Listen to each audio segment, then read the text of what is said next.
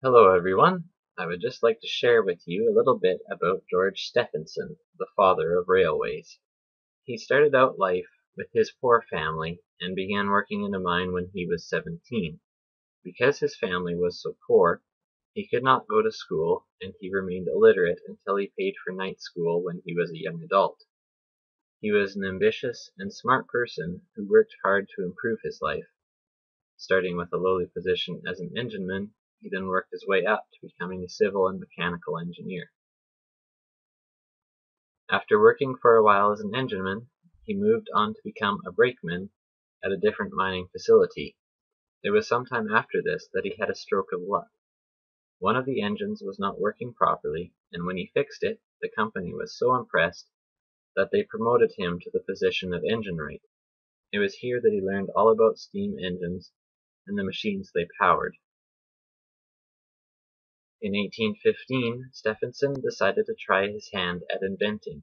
Due to flammable gases in mines, there was a need for mining lamps that would not cause an explosion.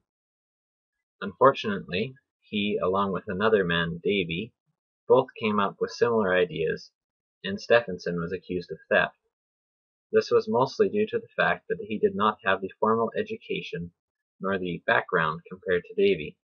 As a result, Stephenson came to place a high priority on education. He was later exonerated and awarded half of the £2,000 sum for the invention. Around this time, Mr. Stephenson also built his first steam engine-powered locomotive. It was called the Blucher, and he went on to create another 15 locomotives for various railways. The Blucher was able to haul a 30-ton load up a hill at a speed of 6.4 kilometers per hour. It soon became apparent, however, that the wooden rails common to Britain were unable to handle such loads, and he designed cast iron rails with half-lap joints to combat this problem.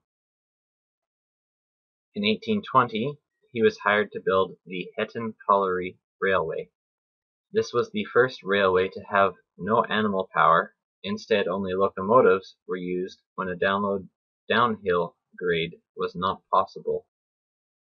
The railway was 13 kilometers long. In 1821, Stephenson convinced the builder of the Stockton and Darlington Railway to use locomotives rather than horses, and as a result, he built 4 locomotives for the track. One was called Locomotion, and it reached a top speed of 39 kilometers per hour, hauling an 80-ton load. It was at this point that the first passenger car built specifically for this purpose was used on a railway. Another notable feature was the use of Stephenson gauge, which is now the standard gauge used all around the world.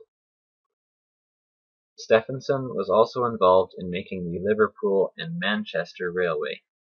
He also provided the locomotives, as his design won the performance test. At this point, he and his son improved their locomotive design by using a fire tube boiler. This helped with heat exchange. In addition to railway projects, he also worked on other civil engineering projects. The most notable is his Skew Arch Bridge. When he built it in 1830, it was the first of its kind, in that it was the only one to cross a railway at an angle. The bridge is still in use today. Finally, in 1847, he served as the first president of Mec E, the Institution of Mechanical Engineers. It has since grown to a size of 100,000 members.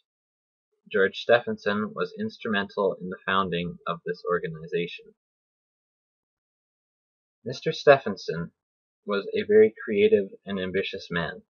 He was also a cautious one. The end result was a very impressive mechanical and civil engineer who contributed much to the development of railways and the locomotives on them. Truly, he was the father of railways, and we are still seeing the effects today.